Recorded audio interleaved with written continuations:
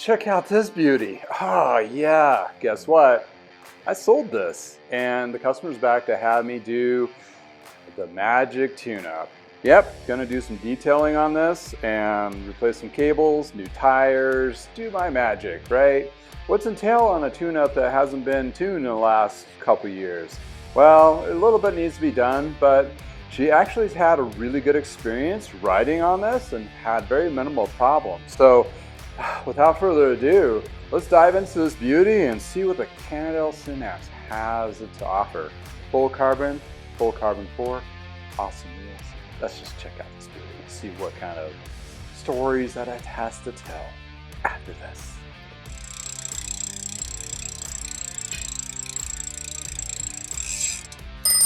Welcome to I Know a Guy Bicycles, hanging out with a guy. Hi, I'm Justin the Guy. Obviously I have a garage shop. Take scary out of used, one bike at a time. If you want to be kept up to date on latest projects and topics, please like and subscribe. Hey, welcome back to I Know a Guy Bicycles, hanging out with a guy. Hey, I'm Justin the Guy on this old bike series. Yeah, we're looking at this Cypress Cannondale full carbon bike. Pretty cool, but let's really ask the question of how long does a tune-up last? And pretty much everybody in the industry is like, about once a year, which is probably a good rule of thumb to have it checked for safety reasons. If that's especially if you put it away for off season and pull it back out. Because sometimes memory is not all that great, and you may think, oh, I had it tuned up last year, and it turned out to be 3 to 5 years. Yeah, definitely. I am definitely following that category of not knowing what time travel is. In any case, when you're looking at particular bikes like this, knowing that you have a little bit of history, you know the history on it because you are the one that actually had it sent to a bike shop to have it tuned up, or you tuned up yourself. Well, what I'm looking at here is this particular bike I sold a couple years back, and it was fully overhauled like I do with all my refurbished bikes that I do sell. So it was stripped down, cables were replaced, and now it's back in for its tune-up. And she was able to ride it for a year and a half, almost to 2 years. Well, actually it is about close to 2 years, and without needing to have a tune. But she had some concerns in the sense of it was shifting and braking just fine, but in just general senses. And a lot of people like that, being proactive. That is great. And in addition to, she noticed that the tires are starting to get a little worn. Well, we did, go and behold, the grip's a little bit worn out, so she got some bar tape for me to put on, which is some nice Cicelli, and we opt to go with some new gator skin tires, and we're going to go from a 23 to a 25C, which that means is going to be a little more comfort riding. She's a recreational rider, so it's not necessarily she needs to go fast. She just wants something that actually gives her more comfort, and this will give her more stability on the road. Just a couple, just as 2 little millimeters will actually do a completely different change of ride. Not, enough that it warrants a more comfortable, posh, that kind of thing. In addition to, she decided to go with, yep, waxed chain. She's heard about it, well, probably through my channel and being, one of my customers. Yeah, we're going to go with a wax chain on there to make it a little bit smoother, a lot quieter, but you get the actual flip side benefit of protecting the chain rings and cassettes and that kind of thing. So she obviously is bringing in for some maintenance, for preventative maintenance. So what we're going to be doing is your general tune. A general tune with a little bit of steroid to it using a wax chain. And also I'm going to clean and detail the frame since it's going to be stripped down to that point and add a ceramic coating to it to give that extra protection from UV light and dirt and grime to just fall right off. But it's kind of one of those things that when you get into those kind of niche little thing type services, it's kind of fun to do it and see a before and after kind of effect. And then we have some wheels to true and clean. It's been ridden, not to say it's been ridden pretty good. But on the flip side though, I think we're going to get it to feel a lot more responsive, and that's a vote of confidence of like, oh, it's tuned up, it's ready to go. That's where a lot of us are going with. What your basic tune that you mostly need to do is the ABCs before pretty much every ride. Check your air, check your brakes, and check your chain, lube if you need to, and make sure it's shifting correctly. Those are the basic functions of a bike. You want it to be able to get on it and go and stop. That's the very basics, and then you get into fit and performance and all those other things, right? In any case, we're going to dive into this and start tearing apart, and I'm just going to jibber jabber as we go along and do this process. Well, first we want to knock it down to the smallest cog, and that's where we're at. So we're going to do that. Open up the brake calipers up here so the wheel can drop out. Quick release, flip it over, pull the derailleur hanger down, and slightly give it a little encouraging nudge to pop the rear wheel out. Well, this is when we get an opportunity to actually check that hub and see how it feels. We're going to be pulling this cassette to get it to be put into ultrasonic cleaner, as well as the front and rear derailleur. It's really cool to me to find having a bike come in that you actually worked on before.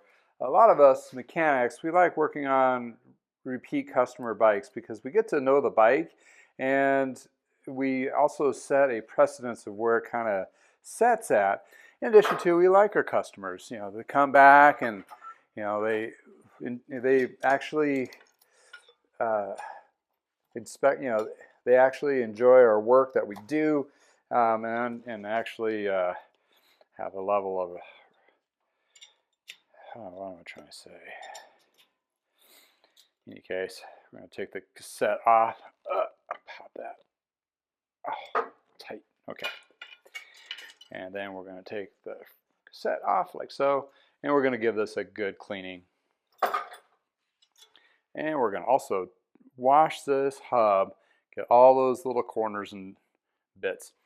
Keep in mind, Mavic wheels, a lot of them will have this extra spacer. This is the spacer to be removed if you want to do 11 speed. So we're going to clean this too.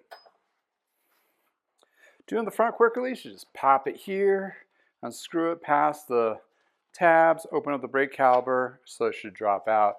And again, this is where we're, look what we got here. A little bit of a string. So we'll remove that, and we're going to take the quick release out and inspect that hub, see if it's at smooth and adjusted appropriately so we can keep the efficiency. She says these wheels are really smooth. She likes going really, they feel like they're really fast to her. So we're going to make sure we don't obviously hinder that, but make sure it's still safe. But I think with those new tires, we're going to have a win-win when it comes to that. All right, we're going to pop the chain. This one has a power link, quick link. We're going to just keep the chain as reference to measure because we're putting on a new chain. So we just want to keep this, set this aside. And here we're going to cut the cables. By saving it, we just need to crimp that. Yep, there we go. Trailer cables is a little bit one thing, but brake cables have a little more life to them. So sometimes you don't have to replace those. And I most likely will replace this bit of housing. The reason being is you can see right here some dirt, right? I don't think the caps can come off easily on this one. That means this draws up a lot of moisture from rain, what have you, and dirt. This really kind of hangs out low, and that water draws up into this housing and causes contaminants to get in there. The cable is probably fine, but we're going to put a new one on inexpensively. But that will make the shifter respond a lot better with a new cable and this piece of housing. The housing up front may not need to be replaced, but we'll inspect that too. So we're taking this derailleur off here, give it a good inspection and cleaning. The ultrasonic cleaner is going to get all this gunk out on the inside here, and also inspect the derailleur hanger, make sure the bolts are tight, and then we'll remove the front as well. First, I want to get rid of this cable that I just cut, and then we'll proceed to the derailleur hanger. On the inside bolt here.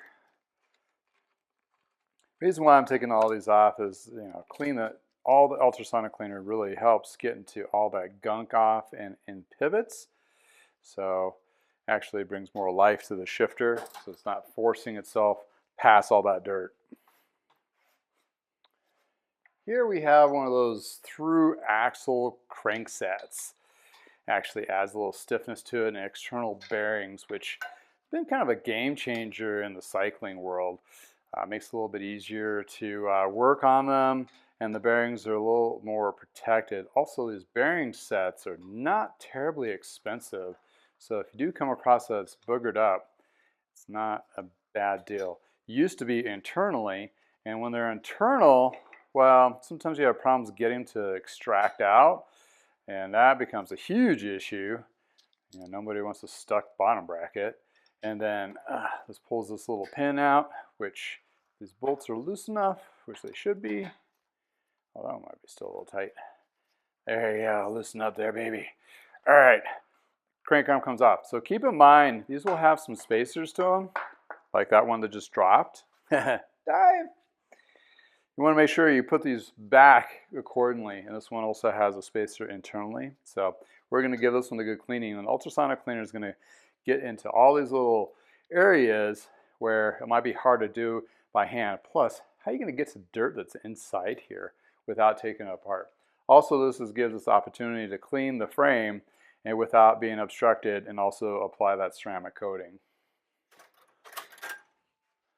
I also like to remove these cable guides. Well, first to clean underneath them, also clean the contaminants. Another area where a lot of dirt and water and grime kick up, and you definitely want to get these areas clean for smoother shifting. And this also gives me an opportunity to check those bearings. They feel very smooth, so that's a win. We just need to clean this area underneath here when we do the actual detailing. Yes, I'm going to do the brakes too. Typically, most drivetrain cleans won't include the brakes, but these pivot areas, they do build up with dirt from all the kick up. This I'm going to give it an opportunity just to quickly unhook these and throw them in ultrasonic cleaner. These don't really take long to cook, to clean up. So usually 5 minutes in there, and refresh it with lube. Also, that gives you opportunity to clean these brake pads, get them sanded off or whatever needs to be done to make sure they're ready to go for the next round, and also inspecting to make sure they have enough meat on them for doing it appropriate. But you can tell right here all that gunk and dirt. This way, if I'm taking it off, I can get into all these little areas. In addition to, I can clean the frame and inspect, and also apply that ceramic coating. The ceramic coating, if it was on there before, it's before I got into ceramic coating, but detailing. But this should just come right off without any kind of abrasion to the clear coat by just rinsing with water if need be. But yeah, we're definitely going to clean these guys. So what we're looking at so far is possibly one derailleur cable, which I'll swap one over to the other if it's still intact, and one little piece of housing. And that would get a lot of the shifting and braking more efficient without being wasteful. I'm not going to replace something completely if it's, needs to be, only if it needs to be. If you're just constantly cutting, throwing cables away, you're just adding more to the landfill, even though if those cables are still quite fine and functional. And how to inspect that, you're expecting it to make sure there's no rust. Let's look at the brake here too. So we're cleaning out that brake, refreshing those brake pads by just a little bit of light sanding, and making sure they're freshly lubed at the pivot points. But what we're looking at is, contaminant areas of the shifter cable. So we're going to pull this out. And looking at the cable itself, these are mostly stainless steel or galvanized, so a little bit of steel wool will refresh these to come back to life.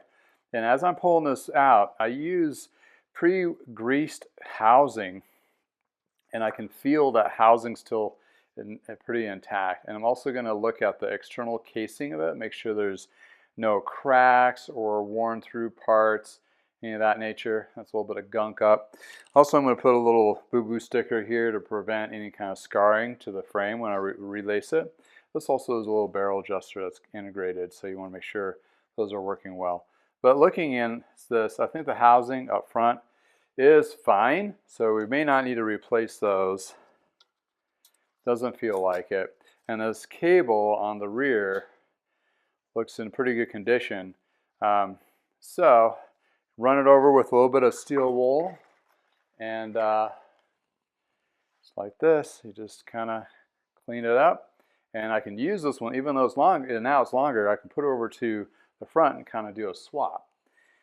And the front feels pretty good too, so I think the front housing is going to be good going forward. Just double check the areas of my wear point and bend points. That way, you can replace it if you need to, but I don't think that in this case it needs to be. And to remove these cables for shifting, you got to knock it down to the smallest cog. We've gone through that. It's still shifting really good after the last time I did ultrasonic clean, so I don't think the shifters need to be cleaned. Also, the 10 speeds you can inspect inside here and see if it's super gunky, and it still has a light layer of lube in there. Also, another wear point on cables is this little section here because it bends, right? So if you're looking for any kind of fray cabling in the shifter itself. So we're going to save that guy. And for the brake, same kind of thing. We'll be able to save this brake and the front because we didn't cut them, but the cables for the shifting, where it's a lot more necessary to have that position shifting because it's indexed. Brakes are not indexed for the front cable. And oh, here's a good example right here. Right there, you can see it.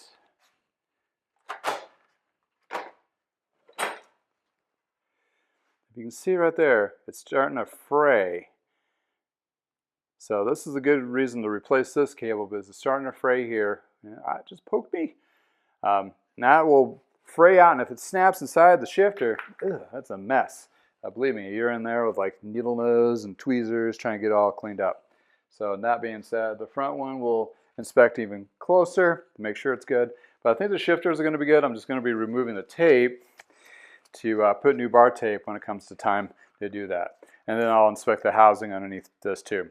Also remove the bottle cages so I can get a good cleaning underneath here. And that also gives me the ability to double check these bolts, make sure the contaminants have not got in there. I pre-grease these for that specific reason. This is the area where you can drop a lot of sugary drink mixes, hydration drink mixes, also your sweat sometimes gets down in this area, and you want to make sure, especially if it goes inside, like in door trainer, that these bolts have a little bit of a layer of grease. It could just even be Vaseline. Reason being is you just want to have that water barrier to prevent them from corroding inside there. These are a booger to fix. They can be fixed, but believe me, that is not a direction you want to go. By just a simple little bit of grease will save you hours and dollars combined. And then we get the back one. So we had some scarring originally from the chainring popping off and cutting into the alloy shell here from the original owner. So in this case, we're going to clean this up. So you can do a couple of ways. We can do purple power, and usually I like to put it on a rag. So you can spray it on the rag, wipe it off. Since there's no contaminant or nothing to contaminate, I don't mind spraying because you don't want to get this on your brake pads, that kind of thing. And just kind of, but you can also spray this area. You can see how it just cuts through. And this is diluted. It's diluted water, half and half, water and purple power. And if you're really kind of worried about that, you can take just straight water and clean that off too, like so. There's several different other cleaners out there. There's one, oh, where'd it go? It's like a grime wave. This is designed for like internal car area and engine block areas where you can just spray it on, do a little brush action, then you rinse it with water, and it's supposed to give you that pretty good clean. So there's several different types of cleaners you can use. Just use light and polite, nothing too aggressive. What you're trying to do is just get that first layer of good dirt off. And then while you're doing this, I'm inspecting, making sure the frame hasn't been compromised, scratched, damaged, any of that nature. So deeper inspection, I do have to have my magnifying glasses because, you know, getting older, and you know, you can use your reading glasses, but this also gives me an opportunity to really inspect the areas where the the rag will kind of catch on the chipped areas. This frame wasn't in the best of shape, as in non-chipped areas, that kind of thing. So we're going to give it a little bit of a polish and see if we can get it to be a little more protected with the ceramic slam. But going to definitely proceed to keep cleaning this, and while the parts are cleaning, I'm going to clean the frame and the wheels. So after I get this cleaned up, we'll do a review and go from there. So here we have it. Paddle cages came out pretty shiny. In addition to the crankset, got all those teeth cleaned, brakes, derailleurs, got a lot of this. Internal cleaning, yep, looking good. Cassette, took a little bit of work, but I got all that gunk off of it, and holy cow, the wheels turned out pretty good. Put a little ceramic coating on the rims, spokes and hubs for added protection. It's seen some use, and cleaned up the stickers, basically shredded the excess flippies, so kind of like shaving, so a little more efficient, don't feel tacky. But look at those hubs, they just turned out immaculate. Yeah, there's a little bit of spoke kind of let's say corrosion. They're alloy nipples, but the thing is or brass, you put a drop of bike aid, and bike aid is a very penetrative graphite style, or bike slide bike aid. This is used for like just breaking up any kind of rust deposits and so forth. So I'll put a drop right on the threads and also the eyelet. So it was, these actually chewed up. Now they were pretty true to begin with, but to adjust some of those spokes was really easy after doing that. And of course you got to use a blade holder so the spoke doesn't twist on you. But in any case, let's check out this frame. Holy cow.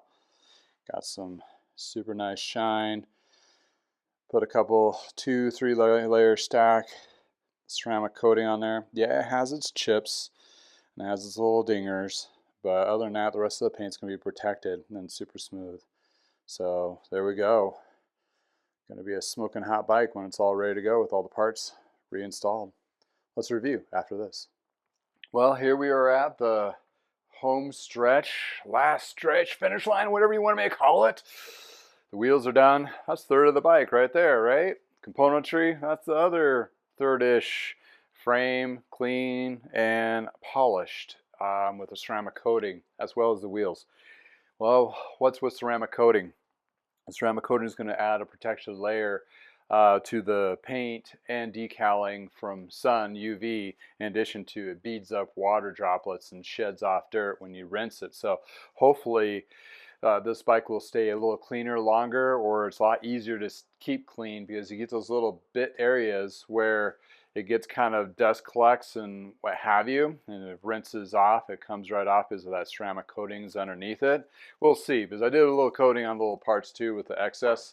You know, it's like one of those things with the, I still have an applicator and it still has ceramic coating in it. I'm like, well, might as well use the rest of the parts. So I do the brakes, I do the crank arms on these, the external portion of the rear derailleur and also the front derailleur. So those kinds of things. And also I did the ball cages because, you know, they're kind of cool, little carbon and a little bit extra shine will definitely go a long ways. Yeah, aesthetics, yeah, performance, maybe some. Kind of really question like the smoothness of it is like ridiculously crazy. You definitely would think, and it's kind of wind related tunnel type situation, you're probably going to reduce drag, of course. But in any case, it's more of the UV protection and keeping it clean. Keeping dirt off your drivetrain and also off your bits actually gives it a longer life. Also the frame itself.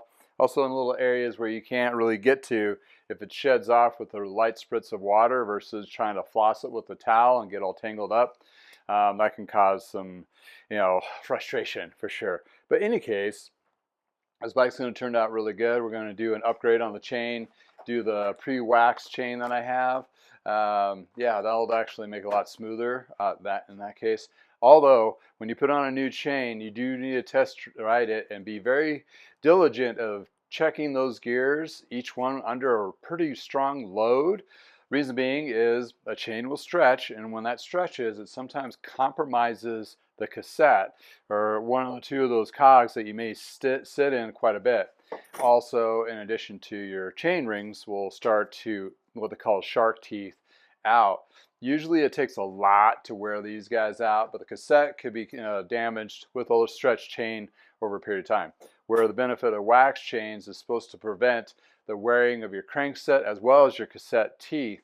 So it's kind of like one of those, actually has been tested. There's an outfit in Australia that does parts testing, and they actually used wax chains, and they can definitely give you the numbers on those. So actually it's a great benefit. In addition to, it's super clean.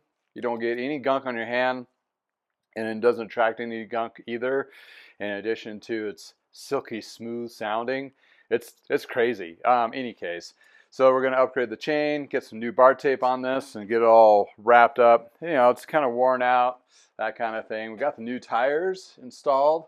They turned out really nice and shiny. The 28, we got a little bit wider tire. I talked her into it to give it a little bit more of a comfort factor. I mean, she's an avid rider, cyclist, got into it. That's great. She's not going to do races and so forth. So I'm like, well, it's not going to decrease the performance. It's going to actually give you a little better traction when you're doing turns, and a little more material is going to absorb a little more of that road, so a more comfortable ride over long periods of time. So that's where the uplift on the tires on that. They are a little expensive. The Continentals for repair are about 110-ish, somewhere around there. But they do work. The gator skins hold up really well. Everybody has their own preference of tires. If you do, throw it down in the comments below and why. Not just say, I like these, you know, why do you? Because, you know, that's the kind of thing. The bar tape she chose was Cicelli. This is the cork, gel cork actually. Actually has more of a cushion to it, which will give it a little comfort there. But in any case, this bike is solid. The Cannondale Cypress, full carbon. Cannondales were known back in the day are aluminum bikes. Then they played with carbon. They're owned by, I believe, Han Holdings now. So they're actually bled into, I think, REI, if not Dick's Sporting Goods and various other outfits. Not Walmart yet or Target, which is good because they do have Schwinn and Mongoose in there.